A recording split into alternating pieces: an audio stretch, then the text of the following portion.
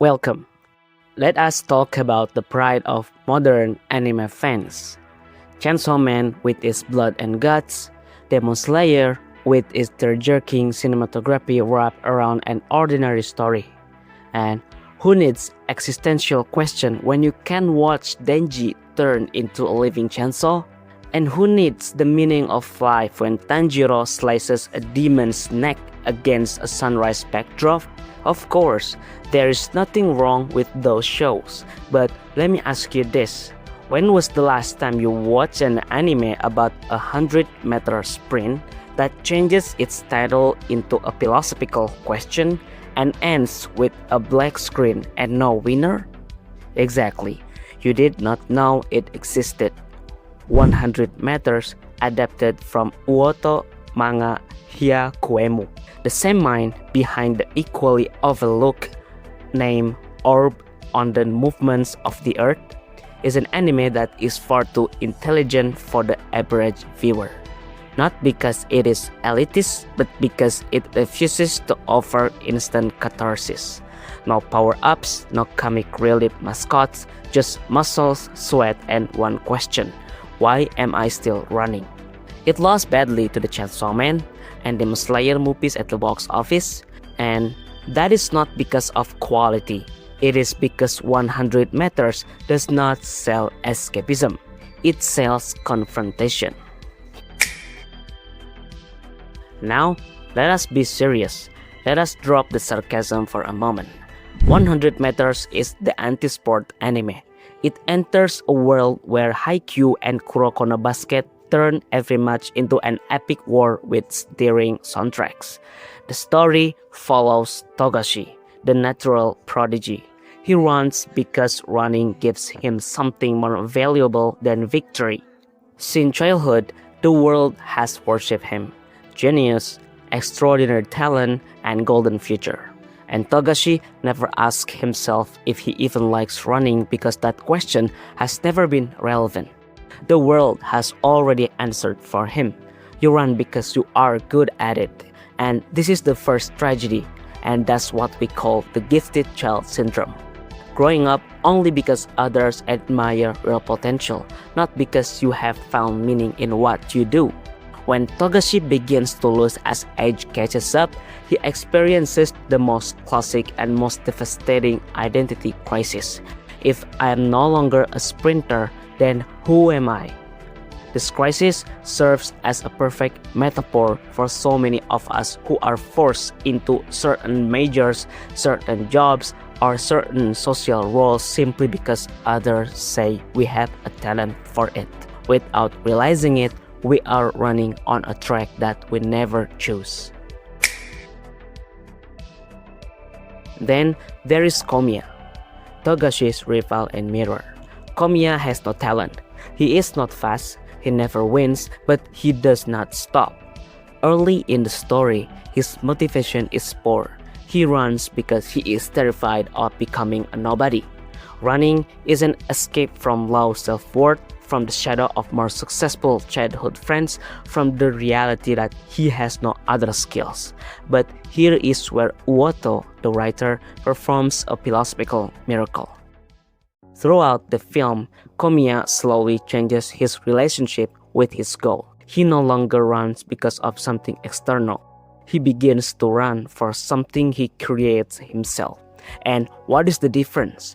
For him, running because it's external, because I want recognition, because I fear failure, because I had no choice.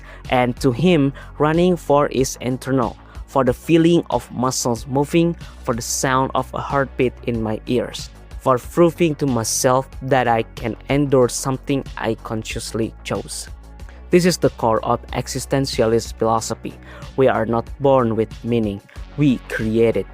Komiya is like a happy Sisyphus. He rolls his boulder, his training every day with no guarantee of winning, yet that is precisely where his freedom lies, because he chose that boulder.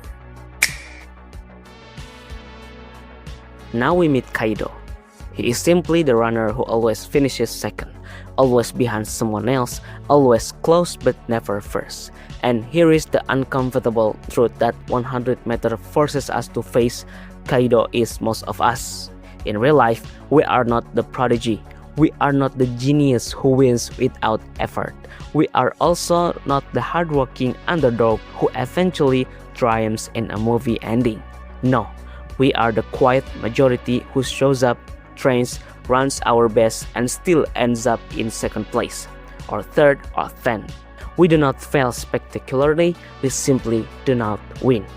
He runs because stopping would mean admitting that second place is all he will ever be. He runs because being second still gives him an identity.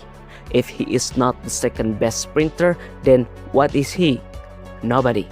This is the silent crisis of ordinary people. We are not chasing greatness, we are chasing relevance. We hold onto our jobs, our hobbies, our relationship, not because they fulfill us, but because letting go would leave an empty space. We stay in second place because second place is still a place. It is still a rank, and it is still proof that we exist in the hierarchy. And 100 meters exposes this with brutal honesty. Kaido never has a dramatic breakdown. He doesn't curse his rival. He doesn't burn out in a blaze of glory. He simply continues, year after year, race after race, always second. And that quiet continuation, that silent acceptance of being the eternal runner-up is far more heartbreaking than my explosion of anger. The film asks us a disturbing question. What if you never become first? What if your entire life is a series of second places? Will you still run? Will you still find meaning in the race itself? Or will you slowly let your legs stop moving because being second has exhausted your soul?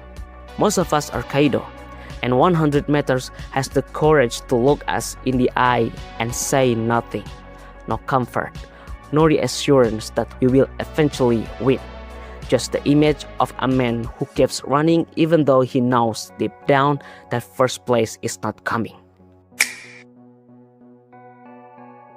Let's talk about the animation. If you expect slow motion meaning like the Deer Hunter or the smooth cinematography of Demon Slayer, you will be disappointed. 100 meters deliberately chooses a visual style that is rough, expressive, almost chaotic. Lines escape from the runners' bodies, backgrounds melt, faces distort like paintings by Edvard Munch. Why? Because running 100 meters at full speed leaves no time for clear thought. What remains is a primal urge, screaming muscle, and the rush of blood in your ears. This is a visual metaphor for the lack of control in life. We like to think we are the captains of our life ships, but during a sprint, under pressure, during competition, during crisis, we are only a reaction. We are only biological creatures running without truly knowing where. The chaotic visuals are also a gentle jab at the modern trend of overly clean anime, too perfect, too controlled. But 100 meters reminds us that real life is messy. Now, the most controversial part. The film ends with a final race, the start, the gunshot, and they run. Then a black screen, nobody knows who won, there is no resolution. An average viewer would shout, "That's cheating. Where is the closer?" But that is precisely the point. 100 meters deliberately says that the result doesn't matter. Owato, the writer, draws from the absurdist philosophy of Albert Camus. Life is like a race with no finish line that provides meaning. We do not run to reach something at the end. We run because the motion itself is what matters. In the real world, athletic careers end, records are broken, victories are forgotten, but the question, why am I doing this, keeps returning. This film forces you, the viewer, to become either Togashi or Komiya. Will you answer that question with bitterness like Togashi losing his identity, or with calm acceptance like Komiya finding meaning in the process? By cutting right in the middle of the final sprint, 100 meters say this: this story is not about who wins, The story is about why are you still watching, why you are still enduring, and why you are still here after the screen goes black. It is brutal, intelligent, and far too mature ending for most people's taste. And now we go back to the opening sarcasm. 100 meters failed commercially not because it is bad, it failed because it offers no comfort.